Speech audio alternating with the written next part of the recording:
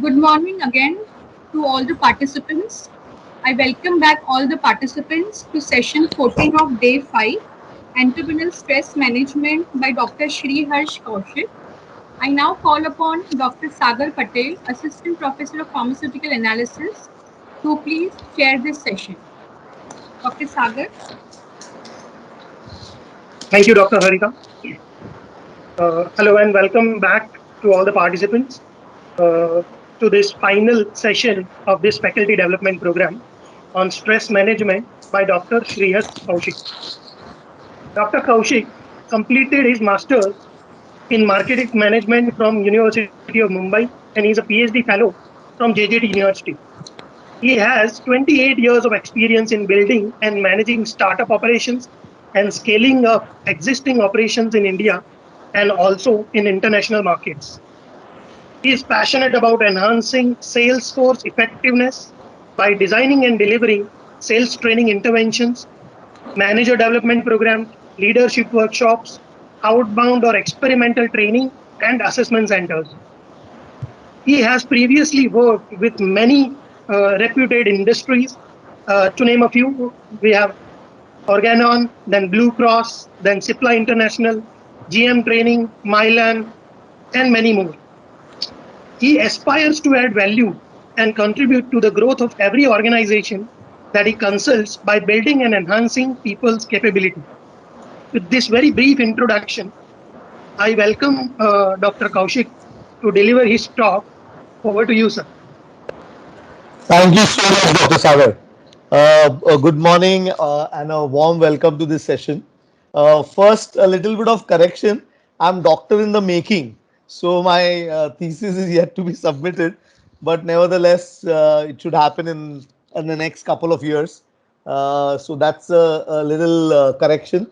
Not yet a doctor, but there is a space on which today, or the topic on which I'm going to talk today, is uh, something. I mean, I've been a pharma personnel all throughout last 27, 28 years, all throughout worked with various pharma companies, and currently also have got my own startup pharma companies that are operating in some parts of north. And very, very happy and glad here that Dr. Ujwala gave me this opportunity to be a part of this FDP, which is on entrepreneurship. And I'm going to talk not on the my entrepreneurial journey or my experiences of how I have got into this space, but onto something about managing stress. And I see a lot of what to say. I see a lot of on this journey. I'll try and say that just let me give some parts of the what to say about me in terms of why am I eligible to talk about stress management and why I should be someone who should address this esteem gathering. So two things. First of all, uh, uh, being I mean, a good part of my journey in pharma in the last 15 to 17 years, I've been a part of the training team. So whether it was companies like Ranbaxy, Cipla, or Mylan, I've been instrumental in looking at the field force training, which involves capacity building, training the managers to be what to say, take up higher responsibilities, and build in leadership. We talk about all managers need to be entrepreneurial in pharma so that they perform better in any pharmaceutical organization. So this is one part of it. Being a trainer, I have done several sessions on stress management because being in leadership positions in pharma, stress is something that everyone manages. But this is one dimension. The other part of it is I have had my entrepreneurial drive from the time I was 18. Multiple small businesses have started. They were successful, and they probably some of them died down also. So I had my first entrepreneurial run was starting a cable network in Mumbai in 1989, and I ran that successfully for almost 12 years, and that meant a lot to me and my career choices. And trust me, it was a very stressful process, but a very enjoyable. That stress led to something very good. Then I took up of course, I got into a job simultaneously. These two things were going on. Uh, I had a great career in pharma, starting as a medical rep, moving on to becoming the vice president in one of the top companies in the world. So you can say that journey also, I believe, was would not have been possible if I didn't have my entrepreneurial stints there and the stresses that came along with that. The third part of it is after this journey of being an cable operator or starting a cable network from scratch in '89, I also started a company by name of K2 Tours and Travels, which is another another venture of organizing trips. And I used to organize these trips to Nepal, and I kept going there for about 7 8 years. A very profitable business, made a lot of money. And again, I realized that I remember my first trip. While leave the marketing part of it, people and friends and family came along for this trip. They paid for it. It was a commercial venture. But in the 10-day period of organizing that trip, I probably I didn't sleep more than 8 to 9 hours. So I was virtually awake the entire time, and then I crashed while coming back. And I realized that stress was there. A lot of stress was there, physically, emotionally, mentally. But none of this stress had any negative impact on me. It in fact excited me, and uh, uh, you know, it helped me really enjoy that entire process. So when in pharma, while I was organizing these programs on stress management, I worked crazy. I mean, I remember when I moved into the corporate ladder, became an training manager with Ranbaxy. The first year, I think it was 2004, while I was in Ranbaxy, I don't remember having any Saturday, Sunday off. I would have trained, I mean, there were multiple divisions in Ranbaxy, and I would train probably on Saturday, Sundays. I used to organize these programs for them and go out with them, sometimes visit a factory, travel 14 hours to Devas to see the factory and come back. There was tremendous amount of stress, but I enjoyed that stress.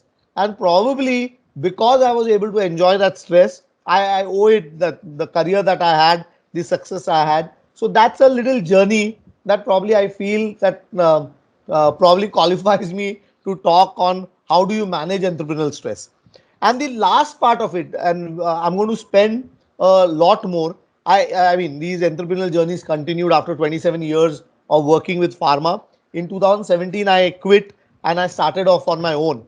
I started my own consultancy, which is into training and development space, doing Salesforce effectiveness. A couple of these things that I started, and then I got picked up partnership and started two pharma ventures. They are small teams of medical reps selling some loan and license products up in Bareilly and in Kolkata. And these companies are running in for the probably last 7 8 months. This is also an entrepreneurial drive. It has been very stressful, primarily because COVID was hitting in, business is not coming in, you've pumped in money, there are people, you have to pay salaries, and there are thousand issues when you walk that journey of entrepreneurship. But again, in spite of all these things happening, I realized that somewhere, hello. So yeah, so my this entrepreneurial journey, my dealing with stress has been a fascinating journey, and I believe that once you embark on this path of entrepreneurial, you take up this entrepreneurial journey, stress is going to be there. But if this stress is managed well, then it becomes an enjoyable process. It fuels your entrepreneurial journey. It helps you be successful at what you're doing. If you are bogged down by this stress, if you're not able to manage this well, what it will lead to certain toxic elements in you, eventually leading to illness and certain things. And trust me, in spite of having past couple of experiences, the moment I left a salaried job which I was in, I mean, I worked for pharma organizations for 27 years. The moment you move out of something like this and start an entrepreneurial journey, learn to live without a salary hitting your bank account every month, it becomes highly stressful. And I'm not denying that I also underwent that stress and anxiety. And someone suggested that I should join a course on clinical hypnotherapy. And in 2000, end of 2017, I joined this course of clinical hypnotherapy. It was to be a one-off session that I was going to do. I was free at the time, and then I something pulled me into it, and I completed the entire process of clinical hypnotherapy. And I'm going to share a lot of insights from this particular course that I've done. What I realized that once I quit my job and started off on my own, I suddenly, not suddenly, gradually over the next 6 months, I almost gained 15 kgs of weight. There was a weight gain. And I thought it's probably because I'm relaxed and I was exercising, trying to diet. But this weight kept rising. And this hypnotherapist who was teaching us, the teacher who took us through this journey, her name is Veena, and she told me that your weight gain is primarily because of stress, and there are certain things that you need to manage at your subconscious level, and you are getting stressed up. So I said, no, I'm not stressed. I'm very comfortable. However, she gave me some auto suggestions and she took me through a process of self hypnosis and a couple of things. And I lost almost 10 kgs in a span of 2 months. And I have never seen that kind of weight loss. So, how your mind works, because once you pick up stress and when once you're stressed out, it will have some impact on your body. And if you are able to really manage that well, you will be able to correct it also. I mean, exercise, diet, everything works. But if you don't approach it in another form, and that's what I'm going to talk to you about. This is my journey with entrepreneurship, stress management, and this whole exposure to hypnotherapy in my entrepreneurial journey. Probably I'm going to share those parts of those points with it. So once this topic came up, I'm basically a sales trainer. I do leadership programs. I talk about how to become effective salesman. I talk on communication skills, and these are the sessions that I conduct more often. I do experiential training. I try and build competencies. But stress management was not. It's not a core topic that I'm. I take it every time. But once Dr. Ujwala gave me this opportunity, I did little bit of my preparation, looked around what people talk on stress management, and looking at internet, searching for various things, I coined this definition on stress management. I call stress is an unconscious, automatic response to an stimuli, expectation, demand, threat, or a situation which an individual is unable to adequately respond. So I very strongly believe that uh, any form of demand, any form of situation, threat, or a stimuli comes in, your body gets into an unconscious automatic response. So you are not calling on to stress. You cannot take on stress on your own. Your body mind takes the stress on its own in a particular manner. And this will usually happen when you are not able to handle situations.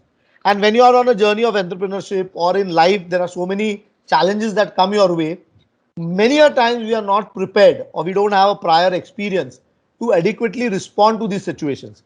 And definitely, your body will have some automated response to counter that stimulation, counter that challenge, and you will land up having some physiological, psychological, and behavioral impact because of these challenges, because you are not able to adequately handle these challenges. So you will experience certain amount of nervousness, fatigue, fear, anguish. A lot of these emotions get stirred. But the two things that I want you all to keep in mind, that it is an unconscious automatic response, and it is something to do with your inadequacy to handle these challenges. And when while you are in a journey of being an entrepreneur, these there are going to be thousand situations. I had logged into the session on the session that you all went through, the 13th session right now by Dr. Ruchi and Rakesh were talking about incubation cells and things like that. Right from funding to finding your idea to the prototypes, or you are trying to go and acquire certain funds and then commercialize it. then run it successfully, manage people. I think all these situations, no one is really prepared. No, theoretically, every educational institute, every management school can teach you these things. But when you come out into the open, when you are on your own in this journey, these are the situations to which most of us don't have any prior experience. It's a learning journey, and many a times we will respond adequately, but there are more times that we will inadequately respond to these situations. So entrepreneurial journey will throw up a lot of opportunities where you will feel inadequate, and there will be certain unconscious automated responses that will lead to stress. And somewhere in this session, trying to address that issue as how do we manage it. So moving forward, I'm just trying to talk about, I'm dividing stress into three parts. One is something called as a positive stress. I think to get anything done in life, you need to go through that. I mean, you're going to get into a situation, you'll have to pick up a challenge. All this is going to for your ability to respond to these challenges, you need certain neurotransmitters to come into you, something to excite you, something to keep you awake. Positive stress is required to achieve everything. So we cannot be in that state of nirvana. So this positive stress is something that is required, and I think all people embarking on this entrepreneurial journey definitely have a lot of positive stress in their life, and that keeps them awake, that challenges them, that excites them, and that propels them into this direction of entrepreneurship. However, once you are in this path, there will be many situations which you'll inadequately be able to, you will not be able to address. There'll be challenges, there'll be problems that you will face. Once these problems are faced, you'll take in support. You will probably go to an incubation cell. You'll run back to certain friends. You'll go back to a family, and there are many support systems that help you manage this stress. So this is something that we call the tolerable stress. However, when you are not able to get this support, you're not able to reach out to people, and you're not able to manage things adequately, and you silently suffer for a long, this stress will become a toxic stress. In toxic stress, these automated subconscious responses continue to play. They result in prolonged activation of stress response systems without any protection, and in the long run this will result in certain physiological psychological impact. So for me, I realized that somewhere in this journey, newness of leaving a corporate job and coming back, when I let this tolerable stress go unchecked, it became toxic, and I started putting on weight. Someone may get into hypertension. Someone may result in insomnia. They may not sleep well. They may have eating habits that may go up. Many people have gastric ulcers. So it may lead to a lot of physical and psychological impact when stress gets unchecked. So clearly, good stress is required for us to go ahead.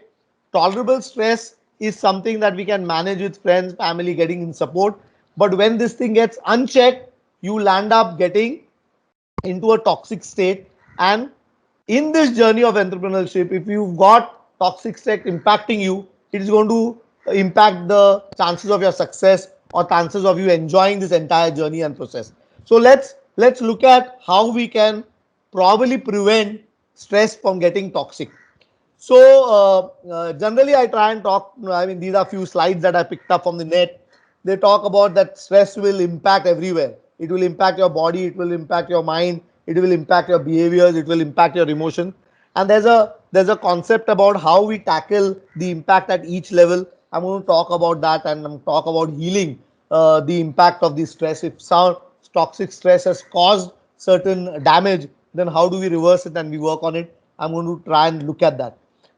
Generally, what they say that when stress happens, this automated subconscious response kicks in. There are probably four automated responses that body plays out in terms of countering this stress. So, what are these automated response? You may get into a flight, prawn, or freeze. These are the four responses that the body may get into. So when an individual gets into a fight mode, you will usually see that stress makes people aggressive. They will become bully. They talk harsh. They become you have to success at every cost. They become tough on many people. And entrepreneurial journey is about tying up people, taking people together. So if you fight too much, you will find you will create certain other issues. People will leave, and interpersonal issues are there, and those things will probably slow down your process or your success in this entrepreneurial walk. There may be flight, so the people become very obsessive. They display this obsessive compulsive behavior. There's a feeling of panic, anxiety. They rush around. They're overworrying. They work a lot. They become workaholics in a manner. So this is a typical response to stress getting toxic and your body getting into a flight mode. Some people freeze. They space out. They probably hibernate. They cut off social contacts. They don't meet friends. They become like something like couch potatoes. So this is a there are people who probably face certain challenges and they are not able to meet them adequately. There is an element of freeze that displays. And then there are some people who probably fawn, or in the sense that they become too pleasing to everyone. They are scared to say what they really think, and they become too compliant because they feel that they are not able to adequately, they don't want to ruffle more feathers or take in, they feel that the challenge will get them. So there are many ways in this is the immediate response in terms of how an individual under stress will behave. And if any of this is dominant in or any of these symptoms, you see that someone comments on that, you're being too aggressive or you scream too much. Because I realize that when I get stressed, usually the decibel at which I speak, my voice goes up. I get irritated on small things, and this is a classical way in which you can recognize that these are stress responses. You are stressed about something else, but you get upset and you are into a fight mode on some stupid issues, and someone corrects that, and then you are not ready to even listen to it.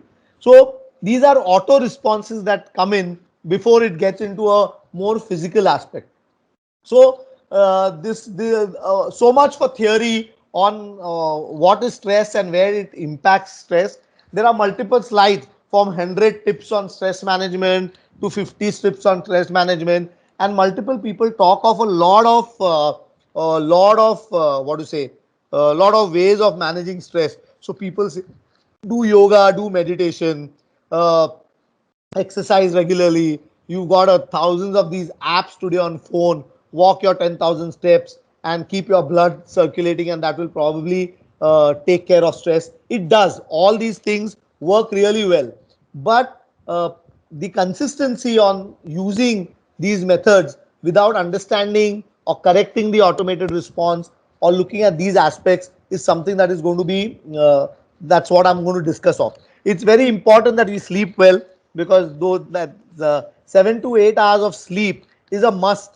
If our I mean if we uh, uh, the toxic stress impacts our sleep, and if you go down less on sleep, it's a fast way of resulting in multiple physiological impact or effect of these stresses. Connect socially. You need uh, uh, uh, why you need to socially be connected and be with a lot of people, join groups, or be even a part of an incubation cell kind of a thing, because this support network prevents the stress from becoming toxic. It becomes something that helps you become a tolerable stress. You need to eat well. Too much of caffeine, too much of alcohol, all these substances are very addictive, and though they temporarily help you dodge or forget the what to say the impacts of stress, in the long run they do more damage. So you need to eat well. You need to ensure that your diet is proper, and make wish list and prioritize certain things, because prioritizing, building boundaries, I'm going to talk on this also becomes very important to keep your stress in check. So these are few things that people try and talk about. These are all right things to do, but I'm going to take in another take on stress management. I'm going to talk about stress management on two dimensions. First thing is that you need to understand that there are certain automated responses coming in.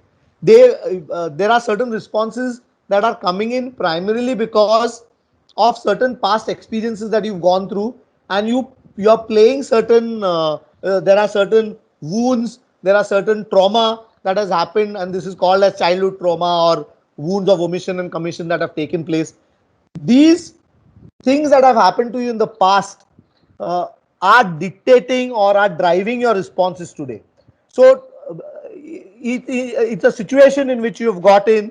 You are inadequately able to respond to those situations, but certain past traumas and certain past impacts have an influence on your responses, and the body takes you into that drive, and it may impact. I'll give you another example just to understand this stress management. I'm going to talk a lot of this automated response and how it comes. So here I give an example of, let's say there are three people. uh, Person A, say Dr. Ujwala, in her childhood had a experience with a dog, and this puppy was someone who she played with, and she had very great memories.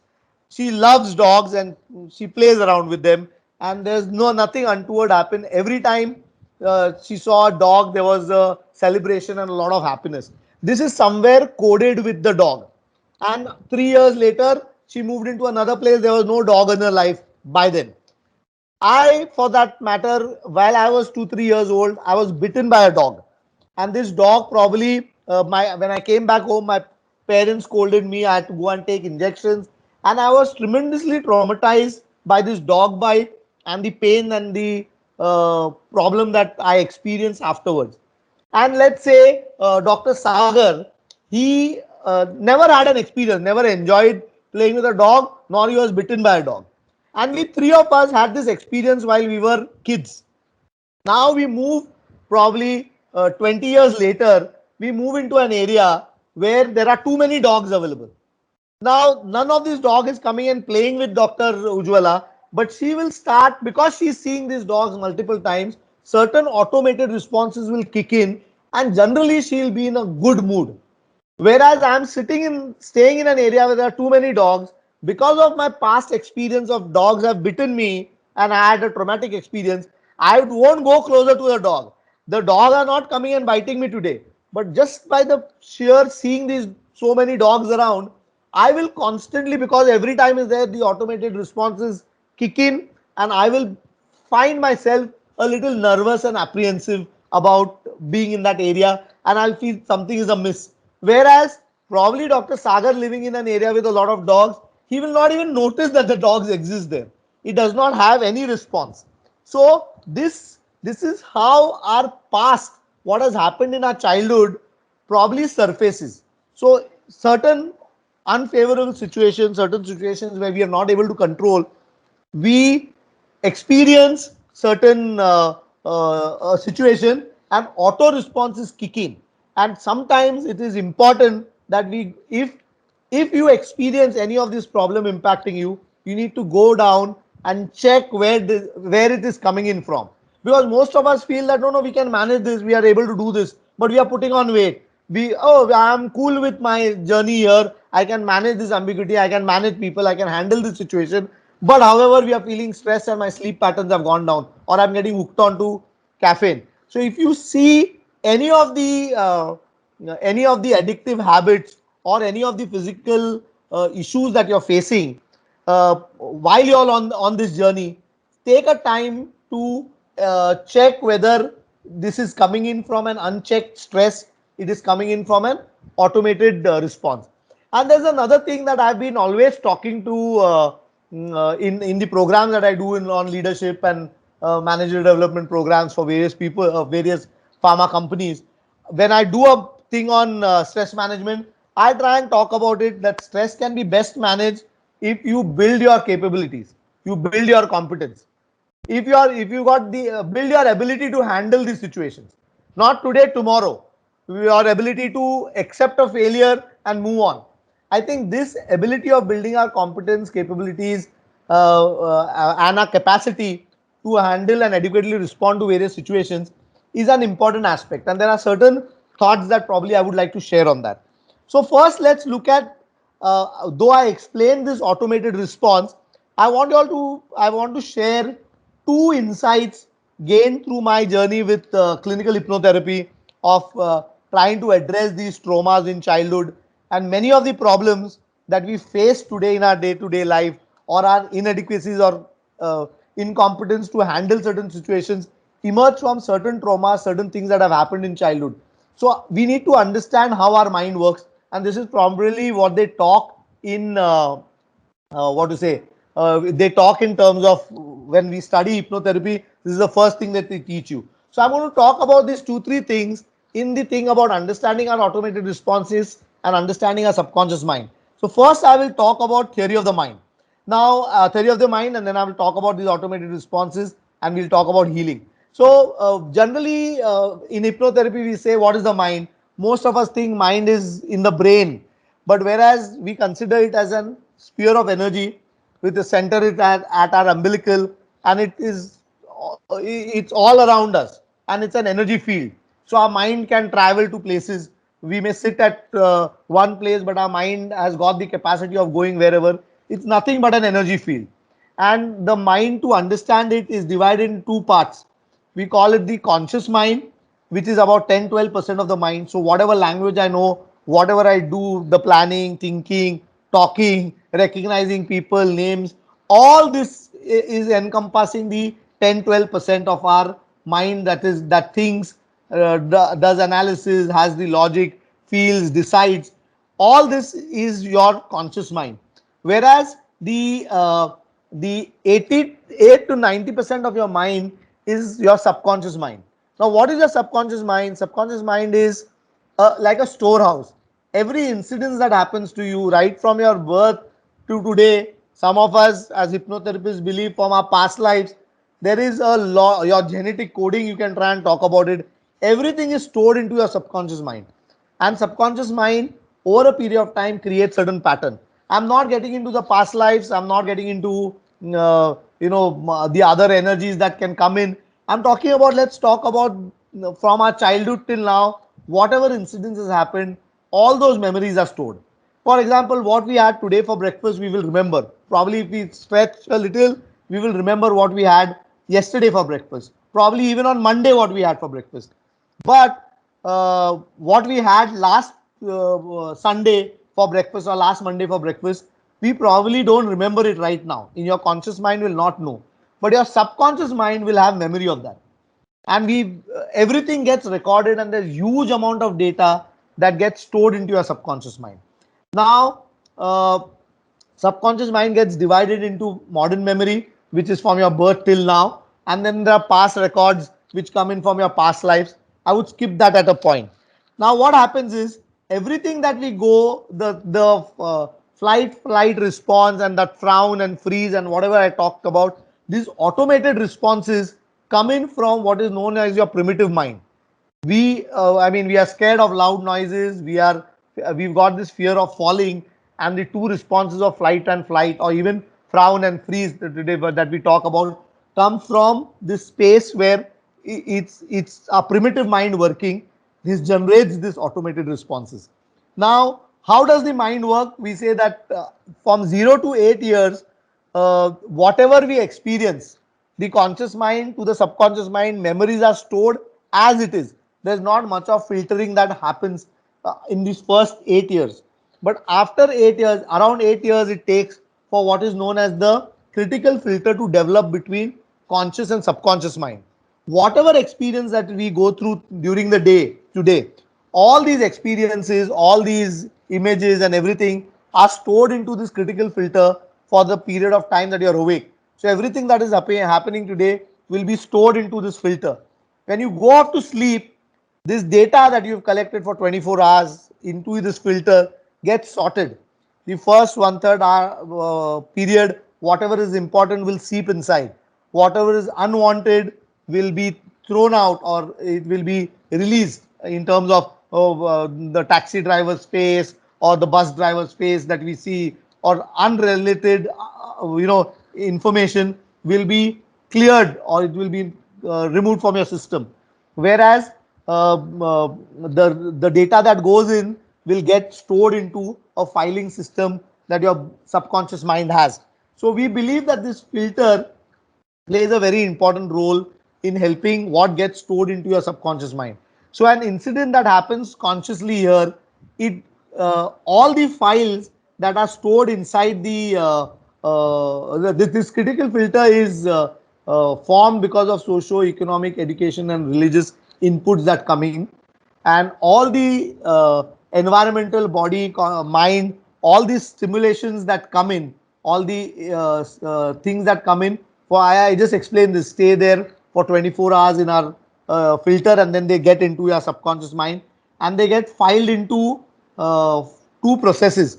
So there are certain memories, certain things that have happened through the day that cause pain to you because it's something that is unknown, negative, or painful.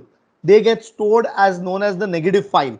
And whatever you experience through the day that gives you pleasure, or it is something that is known to you in your area and it is positive, they will get separated into the positive file, and this positive and negative judgment keeps happening.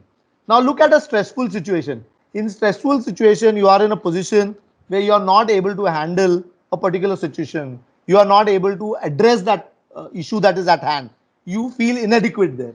When you are feeling inadequate, it is definitely a negative file, and this situation will get stored as a negative file, that I felt inadequate, whatever, and it will link to all the times that you felt inadequate, probably as a child, probably through the whole journey.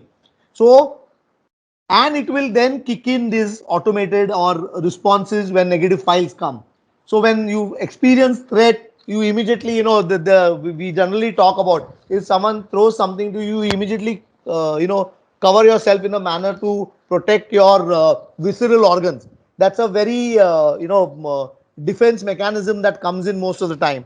So similarly, there are a lot of probably endocrine hormones, lot of stress responder, lot of your blood pressure will go up. There are 20 things that will happen when you have a negative experience coming in.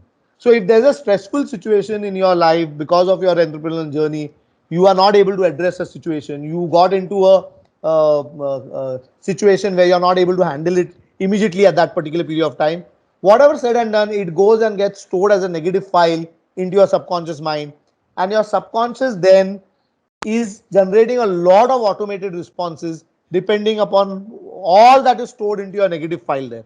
So this is something that we need to understand how our mind works, and somewhere dealing or managing these negative files, or how they get stored, or what is stored in the past, that is probably augmenting the whole effect of creating toxic stress in your body, needs to be addressed. So I'm just taking it further. Any experience you go through has an impact on the physical body and has an impact on the mind. Memory is stored as a sensory file, which is visual, auditory, olfactory, depending on taste, on all those aspects. It's a sensory file, and there are, along with this sensory file, there's also an associated emotion that is attached. So from your childhood, whatever experiences that you've gone through, to a situation where you're uncomfortable, you find yourself inadequate to, there is some linkages to a kind of emotion that you will display, the kind of involuntary body responses that you will trigger when that kind of an emotion is experienced. So what happens is, when you get into a stressful situation, it goes and feeds into a negative file, and it kicks off a cascading reactions within the body which are not in your control. So we all believe that we do everything consciously. But let's say I'm driving a car from here to, say, Nariman Point, or here to Bombay College of Pharmacy. What percentage of my driving am I doing it consciously? And what percentage of driving that we do is subconscious? And most of them believe, in the discussions that we have, that 80% of the time, 90% of the time, whatever we drive, looking at signals, when we brake, we talk to people, we multitask while we are driving, everything is done automated because your automatic system takes control. Similarly, when you find yourself in an unfavorable situation, your automated response kicks in and you will see a lot of things happening. And some of these things may lead to toxic stress if it is unchecked for a long period of time. So if there are certain behavioral changes, physiological changes, psychological changes you are experiencing for a period of time, need to look back at where this is coming in from, because you've got the daring, you've got the courage, and you've started the entrepreneurial journey. Now while you are in journey, problems are going to be there. How do you take these stressful situations and make them manageable stresses rather than converting them or letting them become toxic? So this is one of the additional ways in which probably you will be able to manage stress. So take it a little head on, go and clear the memories that are coded while from your childhood. So this is something that wanted to try and talk about. Now, there's another concept, and this is what I call the 5 sheets of existence. So once this impact keeps coming in, all the experiences that you go through, they have an impact on multiple levels. We think we are unidimensional or maybe multidimensional. We've got the body and the mind, but some of them believe that we exist in 5 sheets. The first sheet of existence they call the physical body, which we understand, or the Annamaya Kosh. So whatever changes happen over a period of time will impact your body. So you see, you put on weight, you have cardiac issues, your blood pressure goes down. These are all notable impacts of stress on your body, and you can experience them. Everyone understands them.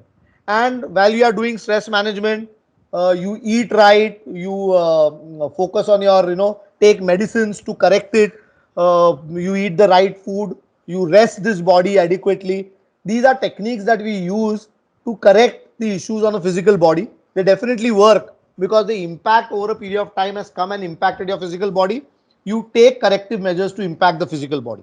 However, the second sheet of existence is known as the energy body or etheric body, or you can call it the pranamaya kosh. Now, this energy body is physically, there may be nothing wrong with you. This stress may come and impact your energy levels. You feel swamped, you feel down, you feel dull, you feel too tired most of the time.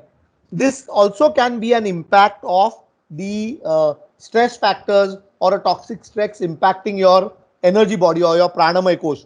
So if your pranamaya kosh is impacted, the interventions like doing yoga, doing some amount of meditation, doing a little bit of exercise, doing a massage or taking a massage therapy, all these things create or release the lock on your energy body. So they talk about there are the 7 chakras, right from the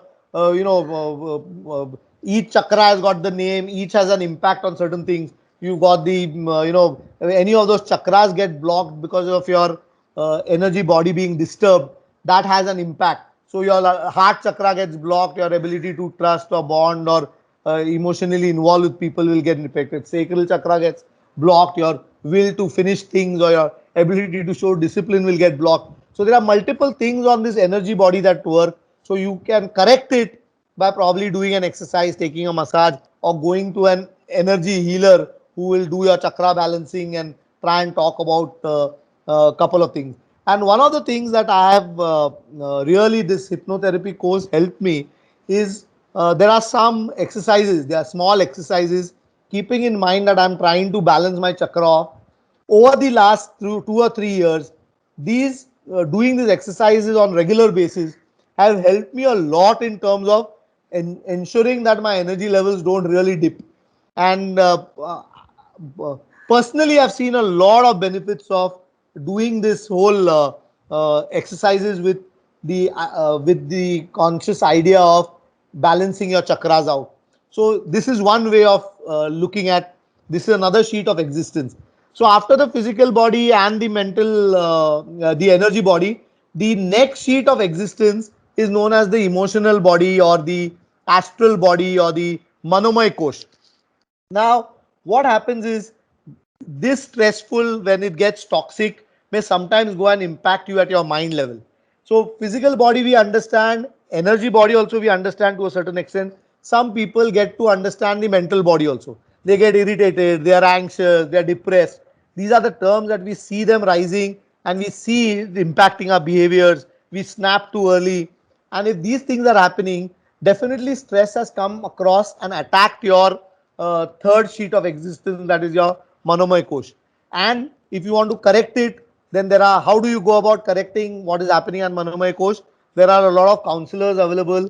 They do this REBT, and there are a couple of modalities that they can use, and they can help you. Manomay Kosh, emotional body, bond with people, social networking, picking up an hobby. All these things are something that help you prioritizing. A couple of those strategies that they talked about, stress management, can be covered by so my whole point is that this third sheet of existence, you what we talked about, the strategies of countering stress. So have a hobby, take a vacation with the family, socially be involved with people, find the purpose. Couple of these things help you correct or keep check on what is known as your emotional body, and it helps you balance off your Manomay Kosh. Now we come down, very few people talk about the fourth sheet of existence. This sheet of existence is place where we hypnotherapists play a role. So the intellectual, or we work on what is known as the Vijnanmay Kosh, or the intellect body, or the cosmic body.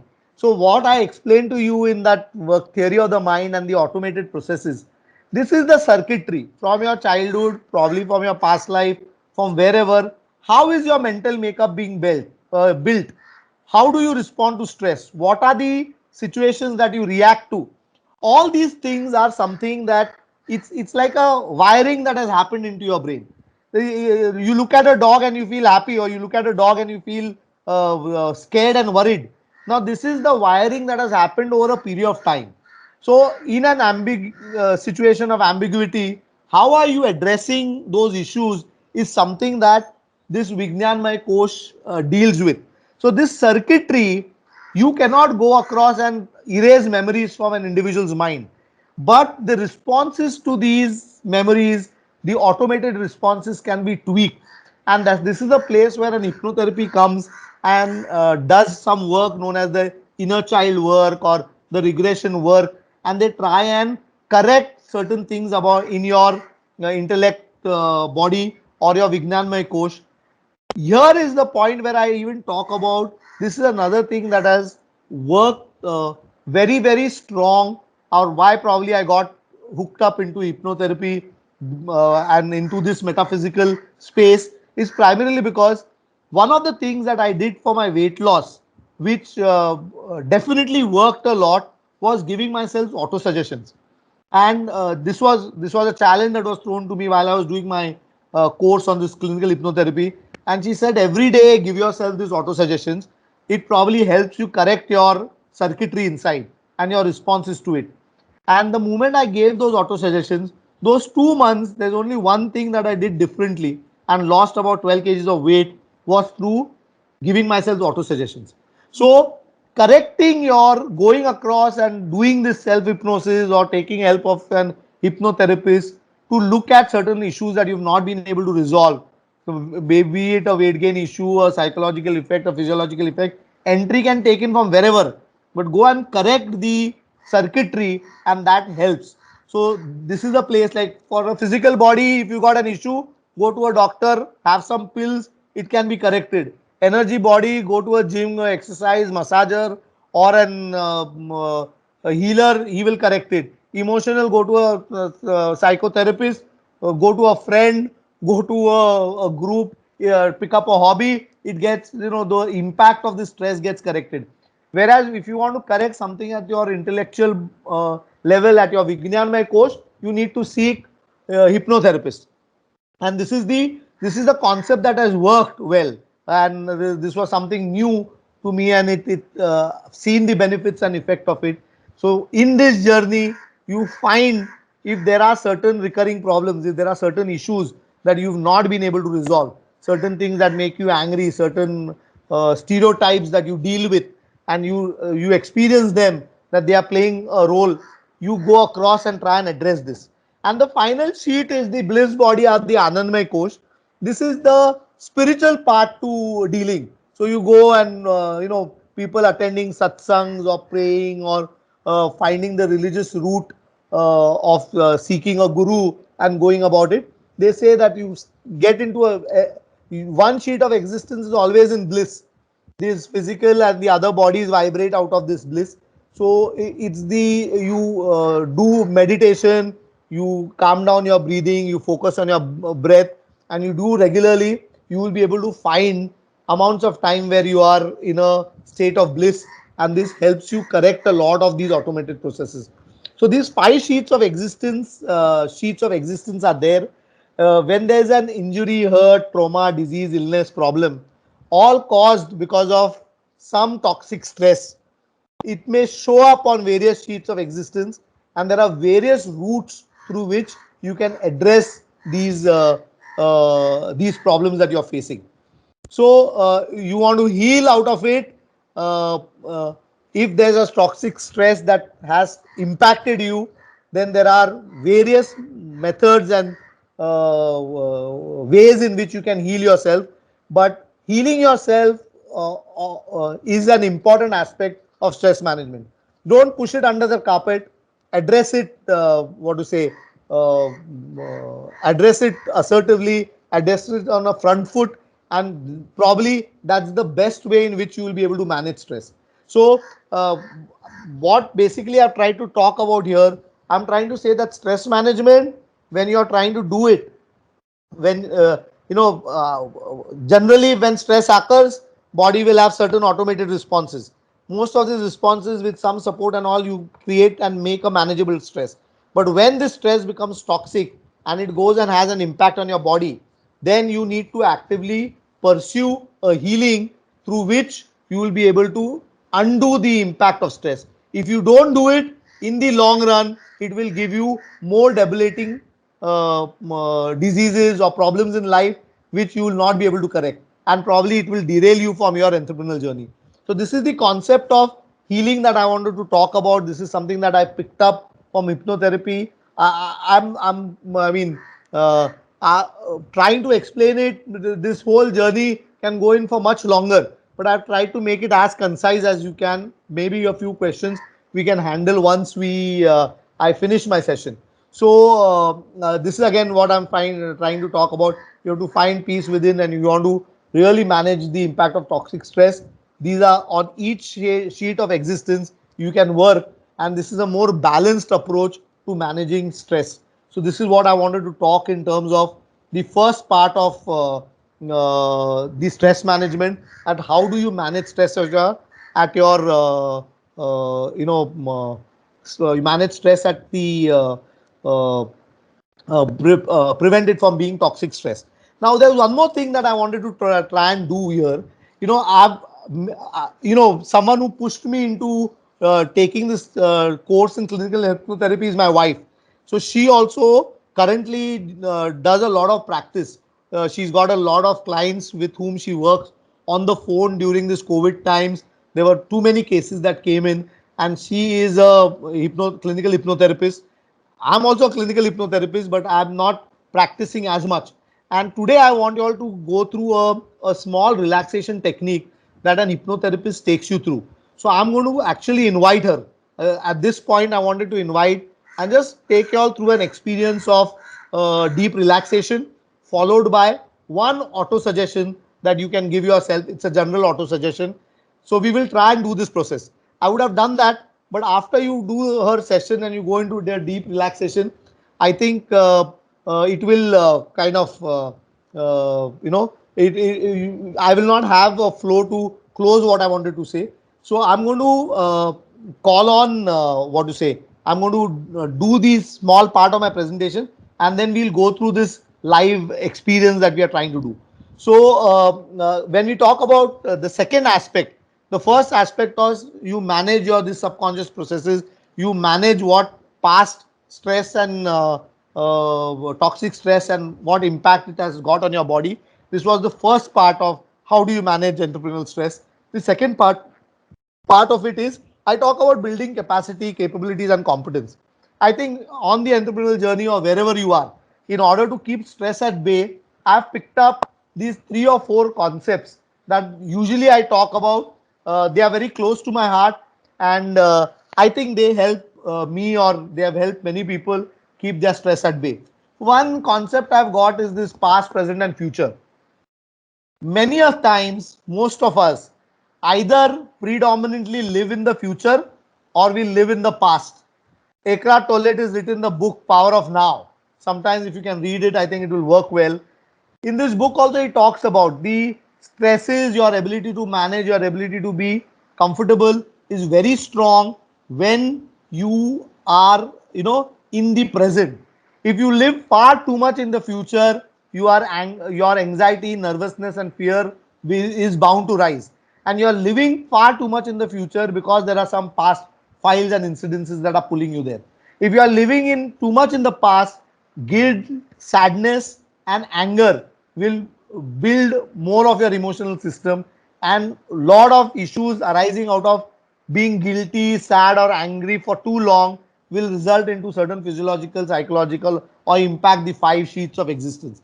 So it is very, very critical that we develop our capability or competence to stay in the present, focus on the present. So important to do your time management, important to do self discipline, prove it to yourself, not to anybody. Keep those commitments up. If you can stay in the present, you will be able to keep stress from turning toxic and prevent any energy drain. It's only in the present that you can conserve a lot of energy, and you can have the energy and positivity to pull that forward. The second aspect that I try and talk about, this is my one of my favorite topics. I do sessions on this for, I mean, most of my times in training. I'm going to very quickly summarize this. There's no word as adult breathing. I mean, I have coined this word for myself. Yeah, I'm talking about the theory of transaction analysis. Now, TA as a concept, Eric Berne in 1960s wrote a book called Games People Play, and in which he postulated this theory of transaction analysis. What does this theory of transaction analysis talk about? This theory of transaction analysis says that each of us is not an individual personality, but we are made up of 3 distinct personalities. So all of us above the age of 4 or 5 have got 3 distinct personalities known as the parent, adult, and child. And these personalities come into play in different situations. So I'm not one person talking to you today. When I'm taking a talk here, there's one personality that I'm displaying. The moment I'm with my children, there's another personality that I'm displaying. Whether I'm in presence of my boss or someone who's authoritative in my life, there's another personality that I display. So each of this personality is a unique psychosocial reality that you deal with. And all 3 of us have got these 3 unique personalities. Let's understand what each of the personality is. The parent personality is a personality which is a reactive personality. You don't have controls over it. What kind of parenting that you have got, some adult figure that you've seen in your childhood, this parent personality is locked in. You will play that personality, or that your parent will talk in a particular style depending upon what was coded while you were a kid. This personality is a reactive personality. The role of this personality is to do good when others are not doing. It's about taking charge. This personality of yours will play when the environment around you is under your control. So this is the parent personality. It's a reactive personality. It does good. It takes charge, and it is coded in your childhood. Similarly, there is the child personality. The child personality is the also a reactive personality. It is a personality that comes into play when you are new to a situation, when you are subjected to an experience. So my whole to a newness when the environment is not under your control. So this is known as your child personality. So wherever you are not under, when the environment is not under your control, you will behave in a pattern front of your boss, in an office, in a colleague, someone superior to you. Automatically, this child personality comes into play. And finally, we've got the adult personality. This is not a reactive personality. This is the business personality. It is something where we transfer data from one to another. Usually, any conversation that we have, any business conversation, any work life, we ideally should be adults. But what happens is, because of various situations and because of various patterns that are played, either our adult personality is contaminated with a child, or it is contaminated with our parent, and we play something out of a reactive personality. So our adult responses don't go in. For example, my dad was an adult contaminated. My dad's adult was contaminated with the parent ego state. He couldn't ever have a normal conversation with me. He had to only scold me. He had to only fire me. He had to only reprimand me whenever he spoke to me, because it was an sheer contamination there. You look at a lot of medical reps who work in pharma, and this is what I try and talk to them. Their adults are contaminated with a child. When they go in front of a customer and when they talk to a customer, they all talk from the child ego state. Most of the time, you see in offices or wherever we work, when we are in front of our bosses, the kind of sir we do, I think that really gives in. We succumb or we give away to this child ego state. Most of the time we talk. So our rational dealing is never adult. So I'll come to concept of adult breathing. So what I believe is when two people talk, there are not two people talking, but there are six people talking. So each of them has got these three personalities. So generally, when we are dealing with people, look at where the conversation is happening. The more conversations are between other ego states, that means parent, child, parent, all those ego states, they will have a chance of creating stress. But when conversations between two adults are predominantly adult to adult, these conversations are less stressful. Why do we enjoy being with friends? Why do we have friends have such an important space in our lives? Because between friends, the adult conversation dominates. So adults breathe in a friendly situation. So wherever you are, how many people with whom you have a relationship which is adult to adult?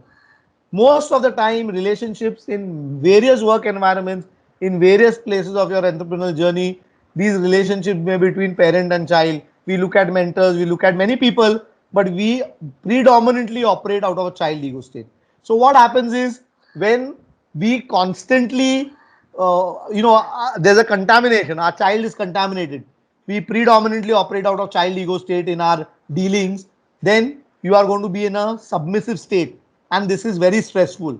Some of us may, because we started this entrepreneurial journey, we are the boss, we may constantly be in a state of parent ego state, calling the shots and pushing things around.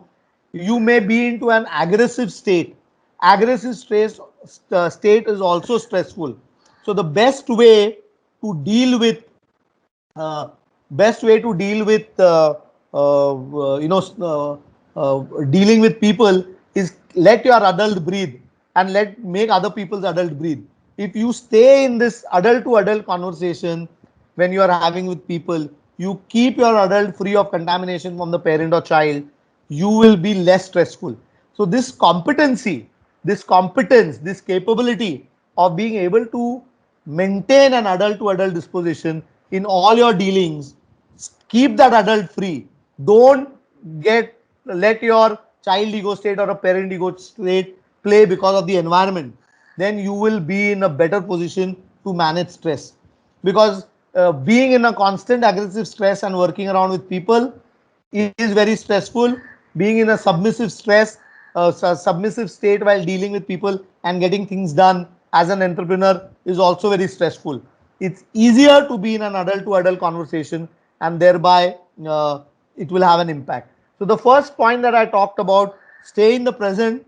Second point that I talked about that helps in a big way to uh, uh, help you manage stress is let the adult breathe. Let your adult breathe and stay in an adult to adult stress. Be in adult to adult communications wherever you are in most of your relationships, and these things will help you de-stress better. And the final point that I try and talk about it, that wherever you are, you need to define boundaries. This is a small Marathi quote that one of my bosses used to use, and I really like this quote. It says, "प्रत्येक घराला एक कुंपण असावं, म्हणजे आपलं जग ठरवता येतं. बाहेर किती बरबटलेलं असलं तरी आपल्या पुरतं सावरता येतं." Now, what this means that every house should have a courtyard or a boundary, so that you can decide your world. Outside, however messy it is, you can ensure that your piece is clean and neat and tidy. So define boundaries. There are many a times stress comes in primarily because you don't define boundaries and people come around and violate these boundaries. So you need to learn to say no. You need to learn to say stop people where they are, and there are certain things that you need to keep out of bounds. There are certain rules that you set for yourself, and there are certain boundaries that you set for others to deal with you, and this helps you keep a lot of stress under check. Don't take responsibility for which is not yours to take. That is what I'm trying to say. Sometimes in this entrepreneurial journey, we try and do too many things. We try and take responsibility for everything that is happening. So somewhere our ability to be able to define what is for you to do and what is for you to pass on is something that is going to help you a lot in keeping your stress at bay or managing your stress. And at the same time, also respect other people's boundary, because you start violating, they will come back violating yours. So our ability to keep these 3 pointers in the back of your mind is a very, very important aspect of my take on stress management. So I'm just quickly summarizing what I've tried to talk about. Stress is an automated response of the body, and to your to certain inadequacies that you have in handling a situation, stimulus, or a demand that is there on you. Once this automated response kicks in, you there are various ways our body will automatically manage it. However, the stress is real, it is required. This stress goes into you can manage it, it becomes manageable stress with support of people or doing certain things. But sometimes it becomes toxic stress and impacts your body at various seats of existence. In order to correct this stress, it's not only because you're not competent or not capable or the situation cannot be handled by you. Sometimes it can become toxic stress primarily because there are certain auto processes that have turned into it, and over a period of time they go unchecked, causing some or the other problems to you. So we looked at how do you manage stress. All the techniques are very good, they work well, but with a sound understanding about where that stress has impacted you, whether this stress is coming in from something that is today or it is an automated response is generated impact. You need to understand that if it's a long standing stress and you want to manage it, these quick fixes will not work. You need to go down to correcting your wiring, look at hypnotherapy, work on auto suggestions. This is the line that I have taken. The second aspect, so that's the reason the subconscious area you need to be aware so that you manage stress better. And the last part of it, build capacity and competence to manage stress, capacity on staying in the present, capacity on helping your adult stay free of contamination, and capacity of defining boundaries. So this is what I had to talk about. I'm now going to invite my wife. So Noor, are you there online? Can you unmute yourself? Or Hello. hello, I'm just checking. I'm just getting my I'm getting my wife. Her name is Noorja Safianias. She is a clinical hypnotherapist, and I want her to take you all through a deep relaxation technique. I think I've Okay. talked a lot. My voice will has an I've done this talking, so I think her voice is more soothing. So she will take you all through a process. Noor, are you there? Just we can see the Hello. So, is everybody ready to go in a state of relaxation? I'm sure, ma'am. Everyone is Okay. waiting. Okay, great. So, we will go through a process by which we will um, understand relaxation, how to relax ourselves, and how do we use our subconscious mind to take us to the path that we want to go to in a manner which is comfortable, which will take you through this journey of entrepreneurship in a manner which is relaxing, which is enjoyable. And I would suggest that if you are able to record it at your end, you can use this every day um, no, to get onto this journey. Okay. So I would request everyone to be very, very comfortably seated. Uh, Please ground your legs. You can remove your shoes and you can sit very comfortably. Um, so yeah, everybody can just can close your eyes. If it is possible for you to remove your shoes, you can do that so that you are grounded, your feet touches the ground. Sit very comfortably with your hands and your legs in a very, very comfortable position.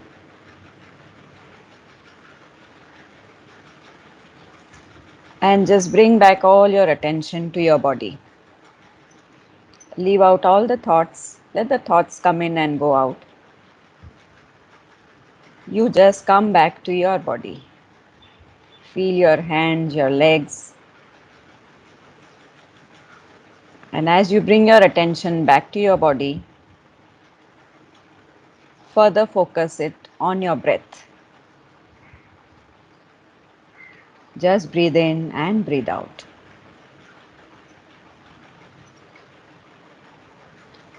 Focus on your breath. Feel the breath going in through your nose and feel it come out through your nose. Take deep breaths because deep breaths will allow you to relax. And to allow your body to relax even more, just breathe in, take a deep breath from your nose and out of your mouth. In from your nose and out of your mouth. And one more deep breath in from your nose and out of your mouth. Let your physical body relax and let your mind to become very calm.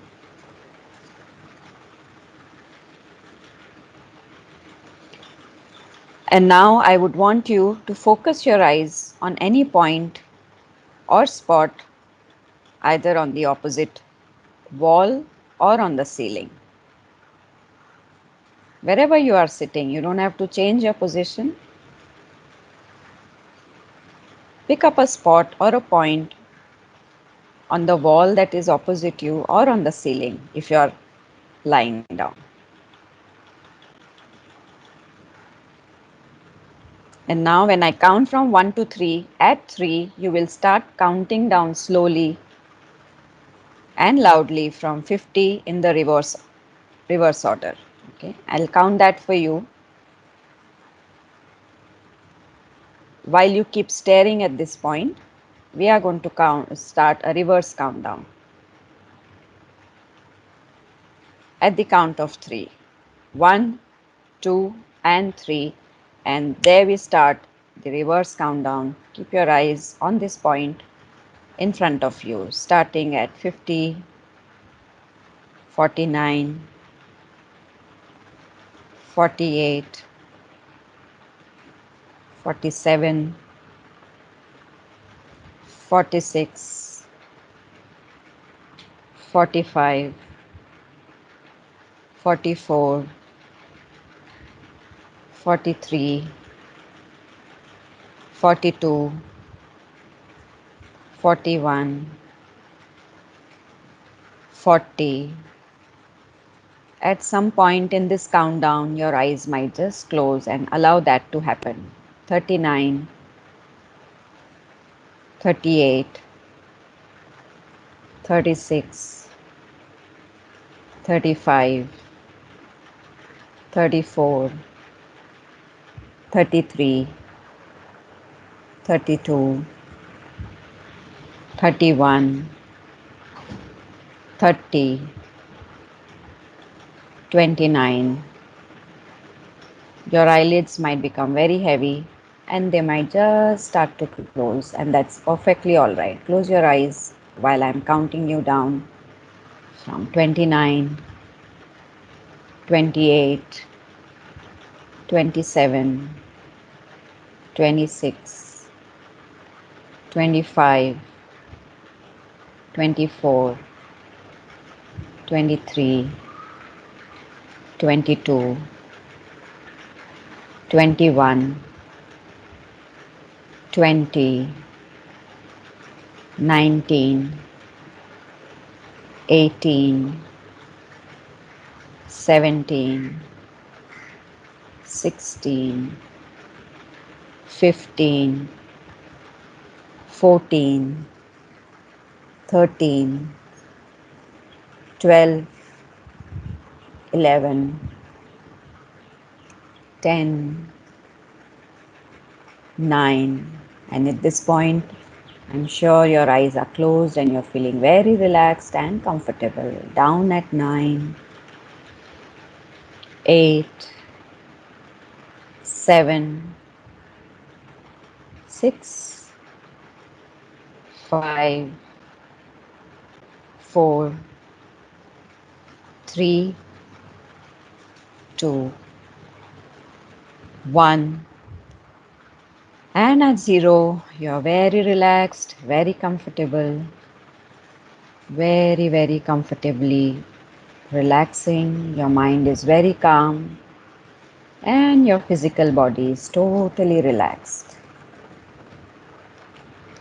And you're beginning to go down into a nice and deep hypnotic sleep, which is very comforting and very relaxing. All you have to do is continue to breathe gently and comfortably. Keep your focus on your breath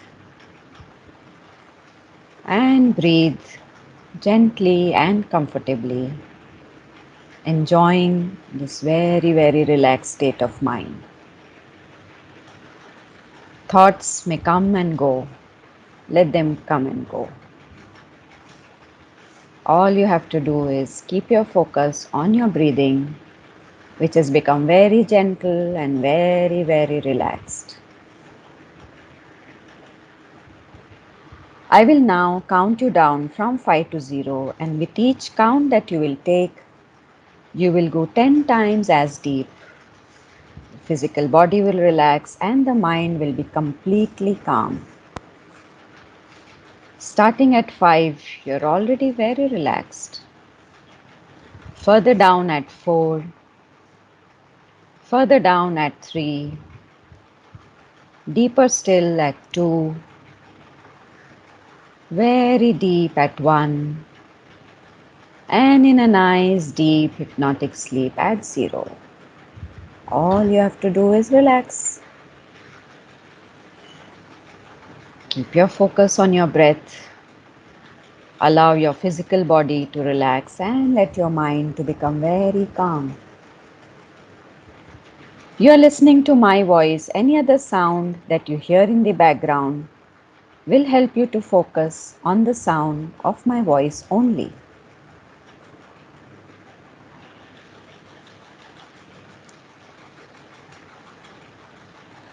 Just breathe and relax. And now I want you to very slowly and gently open your eyes. And when I say 1, keep your eyes open. And when I say 2, just shut your eyes. And here I start. 1, open your eyes. 2, close it. 1, open your eyes. 2, close it. 1, 2, 1, 2, 1, 2, 1, 2, 1, 2, 1, 2, 1, 2, 1, 1, 1, 2, 1, 2, 2, 1, 2, 2, 1, 1, 1, 2, 1, and just close your eyes and relax. Close your eyes and allow yourself to go deeper and deeper, where your physical body relaxes and your mind becomes very calm. And now focus on your eyelids. And with each breath, start breathing out all the stress, all the tension through your closed eyelids. And your eyelids will naturally begin to feel very limp, absolutely free from all tensions and very heavy.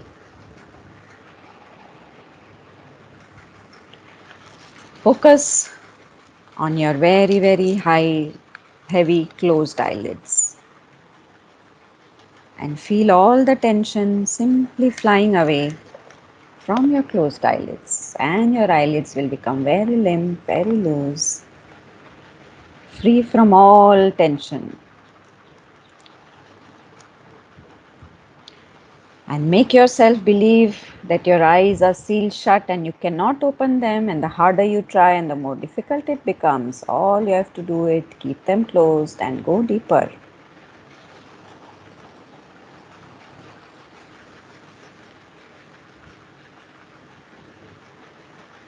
Keep your eyes closed and start to go deeper and deeper and deeper. And with each breath that you will take, you will keep going deeper and deeper.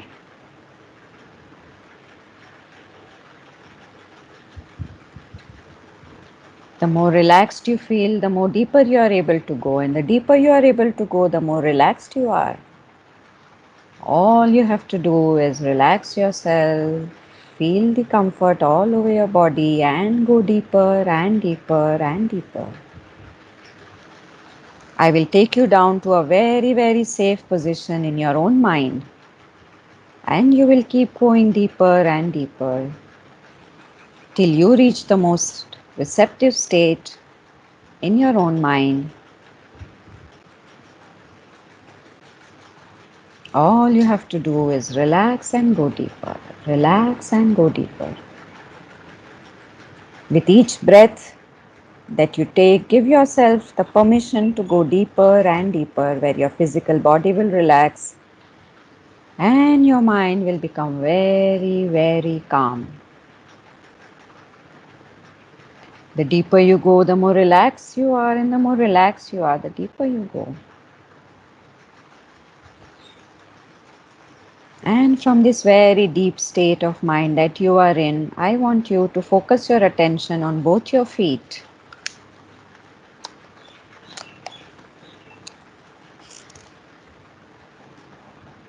Relax both your feet, from your fingers to your calves, your knees and your thighs. Allow a wave of relaxation to go all over your legs. And you will find that both your legs are totally relaxing. Let them fall to the ground, allowing you to relax them completely.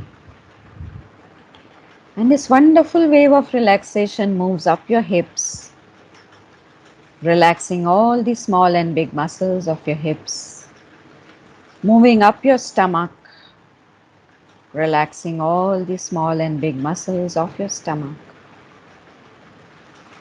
With each breath that you will take, you will find all the muscles of your stomach simply relaxing. Moving up your chest. With each breath that you take, you find that all the small and big muscles of your chest only relax. And from your chest is on your shoulders. And from both your shoulders, this wave of relaxation is gently pushing out all the stress from the fingers of both your hands. And you can feel the stress simply flying away from the fingers of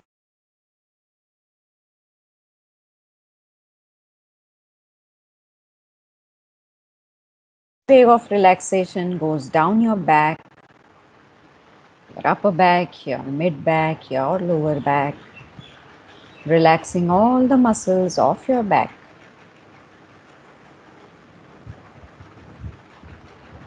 Moving up now from your shoulders, up your neck, muscles of your neck are also relaxing completely.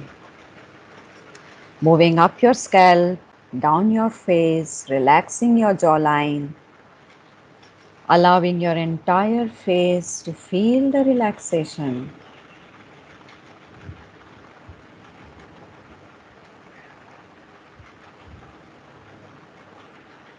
And now your physical body is relaxing deeply and completely.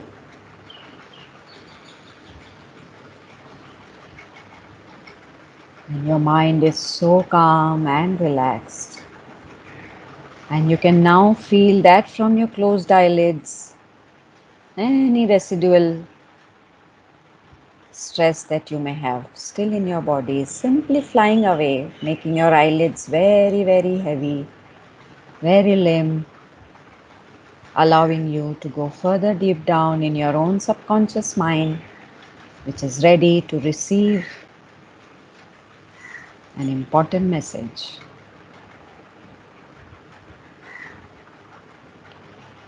For the next few moments, you will not be listening to my voice. The absence of my voice, coupled with any other background noise, will help you to go even more deeper.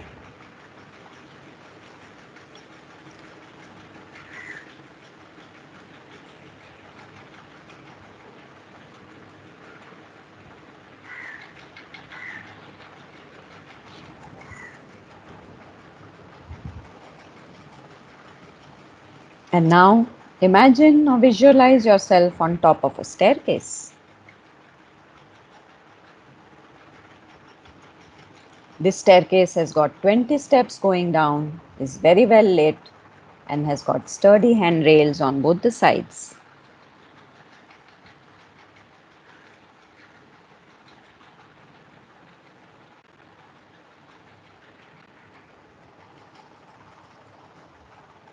And now let's start going down these stairs.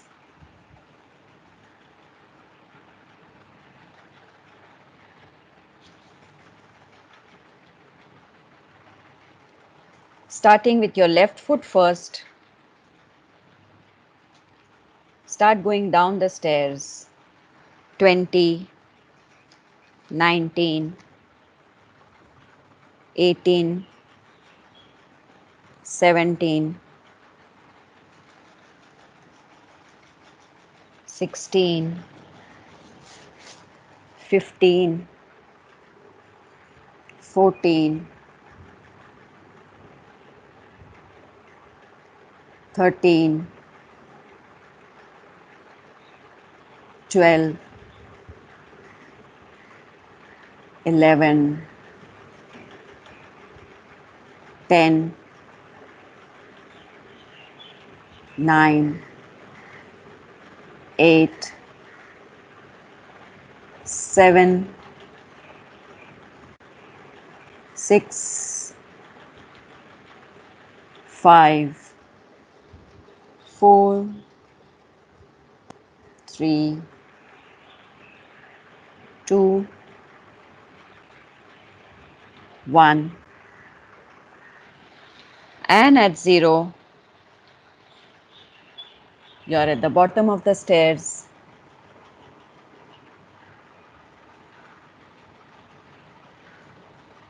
Deep down in your own subconscious mind.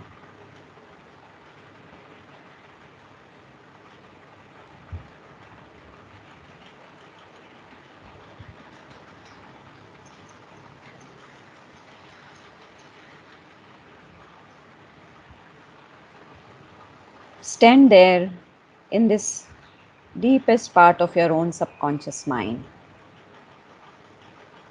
Enjoy your light body.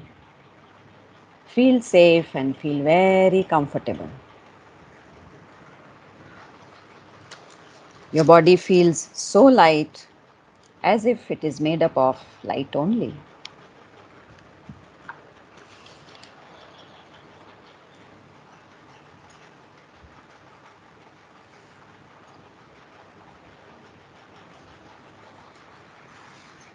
And now, as you stand deep down in your own subconscious mind, I'm going to give you a suggestion. I want you to concentrate on what I'm saying, and this suggestion is going to penetrate deep down in your own mind. I want you to focus on the sound of my voice and the sound of my voice only.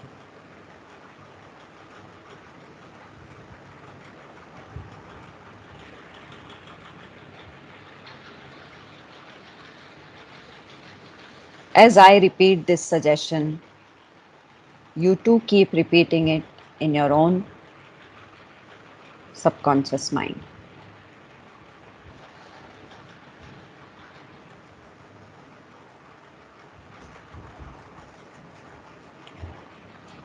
As I will keep repeating this suggestion, this will go deep into your own subconscious mind.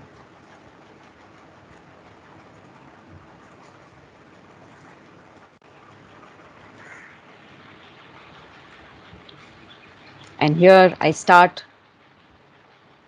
the suggestion. I will repeat it 3 times.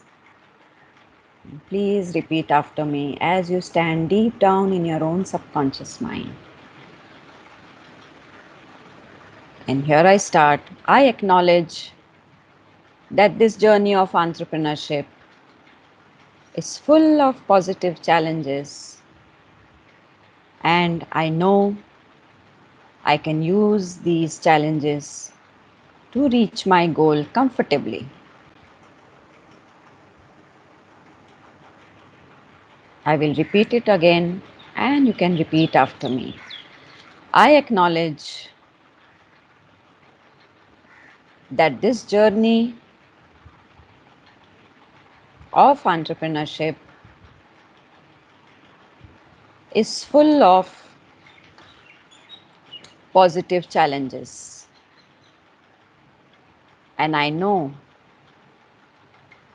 I can use these challenges to reach my goal comfortably. I'll repeat it again. Please repeat after me in your own mind. I acknowledge that this journey of entrepreneurship is full of positive challenges, and I know I can use these challenges to reach my goal comfortably.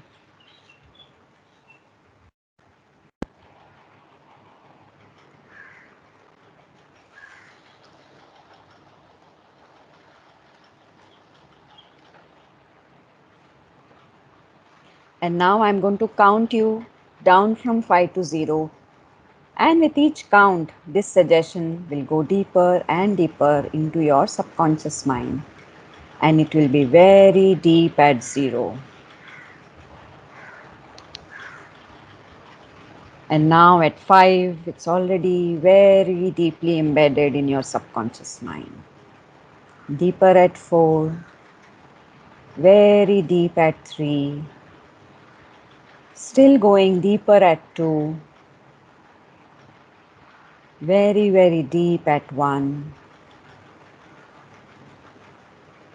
At 0, this suggestion has gone very deep in your own subconscious mind. And as your mind conceives it, you will begin to digest this suggestion.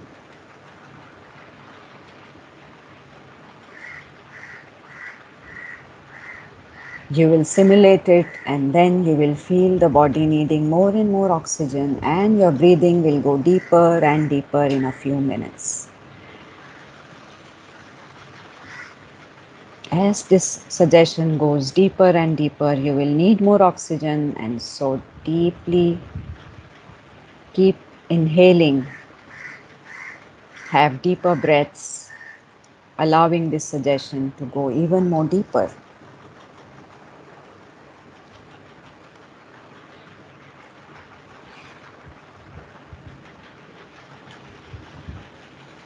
Continue to take deep breaths, allowing this suggestion to embed itself deep down in the comfort of your own subconscious mind.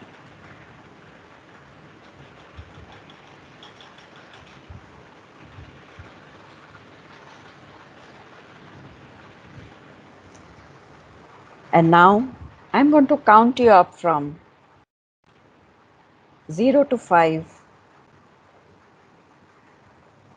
And at each count that you will come up, you will feel fully awake feeling very good about yourself. Starting at 0, you are comfortable, relaxed, with a wonderful suggestion deeply embedded in your subconscious mind. Coming up at 1,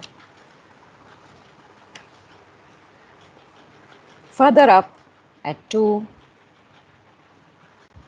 further up at 3, feeling fresh, feeling awake, feeling very, very comfortable. Further up at 4,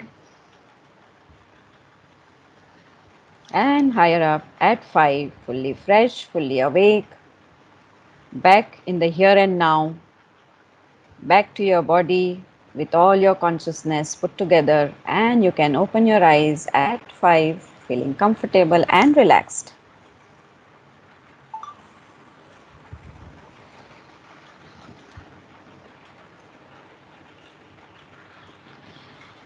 Thank you so much, and I now hand over.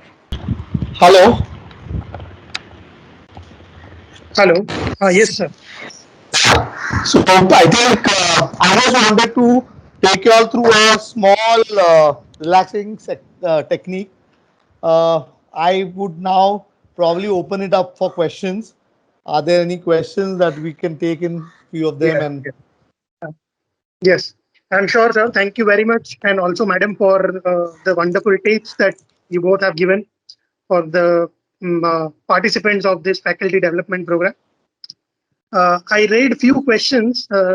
Mr. Sunil Kumar wants to know, uh, sir, kindly throw some light on some brilliant tips to deal with difficult boss. okay, so my take on managing difficult bosses. Usually, you will realize that the difficult boss is also stressed. He may be operating in from a difficult boss becomes someone who's operating from parent ego state. Constantly he will keep talking, uh, giving orders. So one of the techniques of building a capacity of competence is about asking questions. Now when you ask questions, person is a parent ego state. The parent ego state, if he hooks your child, the relationship is going to be he's aggressive and you're submissive, and that becomes a challenging boss or a difficult boss. But slowly and steadily, you bring him to an adult ego state, keep talking to him an adult. So he'll say, oh, you have to do this. You go and ask him, yeah, okay, I will do this, but I've got two questions, will you please answer that for me? Slowly and steadily, once you start asking a lot of probing questions, the parent ego state may give away to an adult ego state.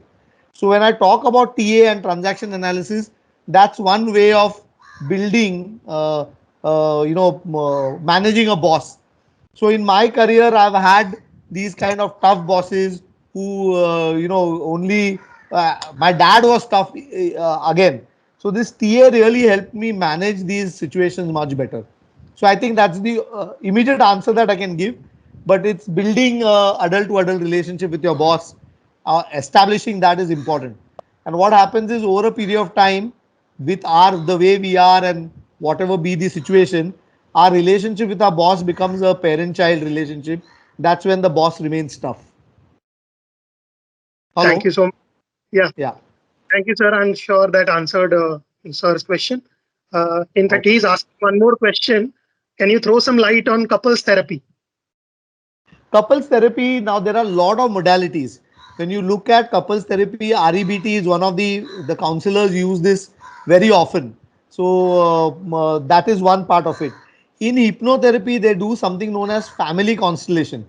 That's a therapy where again a couple can get involved. Generally, what we do is we now, while we are doing this course, a couple of us have come together. So generally, we two or three hypnotherapists work on a couple and on a family together. For example, most of the time, my wife works with the women there. I sit and take sessions with the guy. And if the child is involved, we've got another therapist who works and specializes with children. So you understand the three perspectives, you can compare notes and then work on looking at understanding where these wounds have come in from. Okay. There's one more question from Dr. Subhashish. He's Okay. saying, very nice session, sir. But one thing I Mm-hmm. have observed that all these relaxation techniques work when we are Mm-hmm. not stressful. But during stress, the body and the mind not able to think anything other than that stressful event that the one is doing, and actually nothing works at that point of time. So how to cope up with that situation? So the point is what has happened is it's an automated response that has kicked in. So I would only answer to Dr. Subhashish that you give it time. Many a times when the situation is at a peak, the body has reacted multiple ways. There is only way that you can. One of the most important techniques that we talk to most of our clients is about breathing out. In level 1 itself, they try and do that. Someone is in acute pain or an acute grip of that sadness or that fear or the anger, then you have to just first calm that individual down by doing a lot of breathing. And the simple technique of breathing is you breathe in through your nose and breathe out through your mouth, and just focus on your breathing. So that it works in most of the cases, and then you need to take an intervention. Is why is there such an what has kicked in such an aggravated response?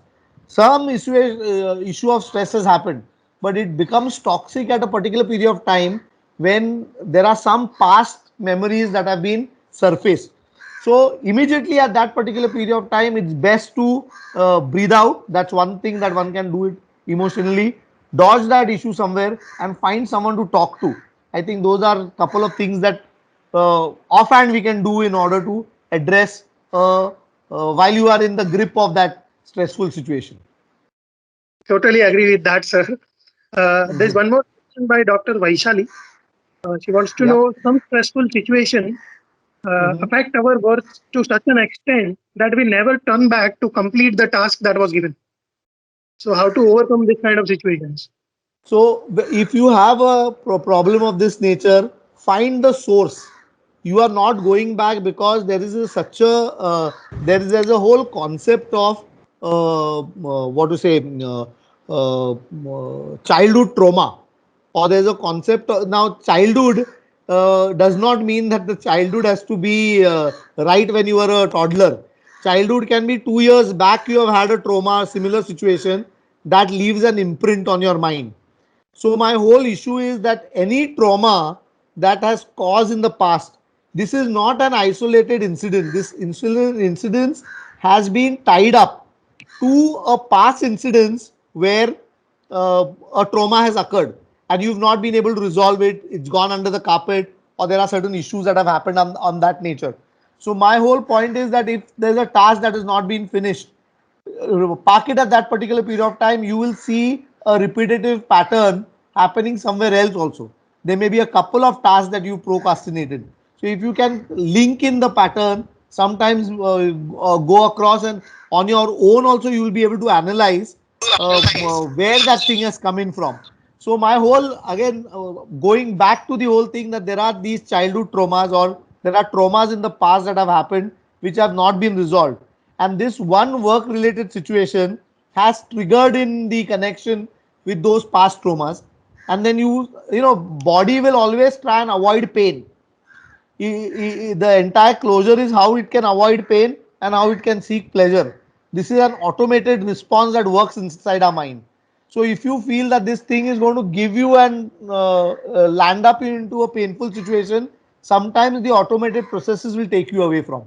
So my point is that if it has happened in an isolation, reflect back, think, see whether you can go back to conclusion. But you've been put off by something. So what are the reasons why it is coming in? Is it a reactive behavior? Which ego state? Are you worried about something in the future? Are you stopped because of a guilt of the past? So you need to go into those dimensions and analyze it. So most of the time we figure that out. Our mind works in that manner. But sometimes when you're not able to resolve, then ask help. Go and meet someone who will be able to take you through this, will calm you down, will try. If it is something that is nagging you for a period of time, it bothers you, and you want answers, you will be able to find them. Did I get the question right, or Yes, sir. have I think have that I been able to answer that? I mean, I understand Dr. Vaishali's question that how do you go back? So your mind will find a way if it can heal, but if it is not healing and it is still bothering you, you take some help and you get there. But resolve it early, otherwise somewhere with some other connection it may come up again. I think you answered Dr. Vaishali's question. Mhm. The next question is by Dr. Seema. Yes. That was from the example that you gave. How to Mhm. reduce the stress when you see a dog? Now, my whole point is this auto suggestion that just now also we just coined a general auto suggestion. I sat with my wife and we did this for the entrepreneurial thing. I'll give you another example. When I was doing this hypnotherapy to answer that dog ka question, went for this. She only suggested, she had done the level 1 of this course, and I had just quit my job, and she said go and go through that journey. It's a good one. So I went there and they kept saying that childhood trauma. I said, no, I'm very, very comfortable. I quit my job. I'm starting this journey on my own. I'm really happy. Do you have any issues? I'm not having any issues. I'm not really stressful. I was in a great state in the place where I was. So we were doing some mock sessions.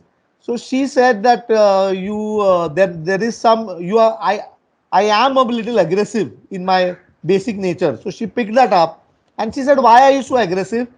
So I said, yeah, I sometimes lose my temper on my parents and I feel guilty about that. Let's see whether that is a recurring thought that comes in.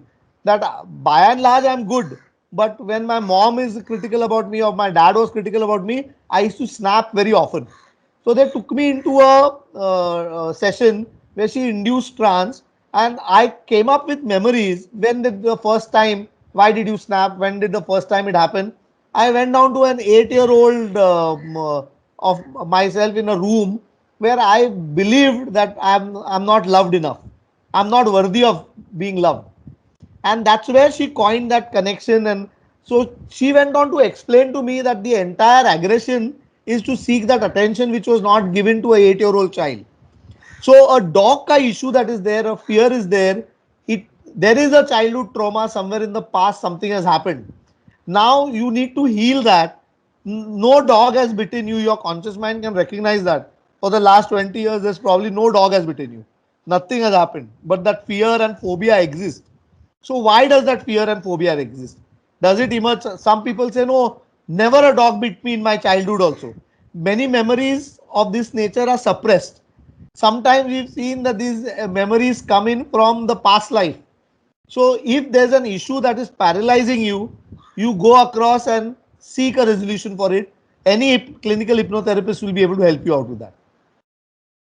Thank you, sir. That just to conclude that, I mean, bring peace with your past would be a best thing to put it. Very true. Uh, If anything is bothering you for longer periods of time, go heal it. And there is things that are happening from your past that are coming in. So I think that's how well I put think it. we will take one last question by Dr. Priya. Okay.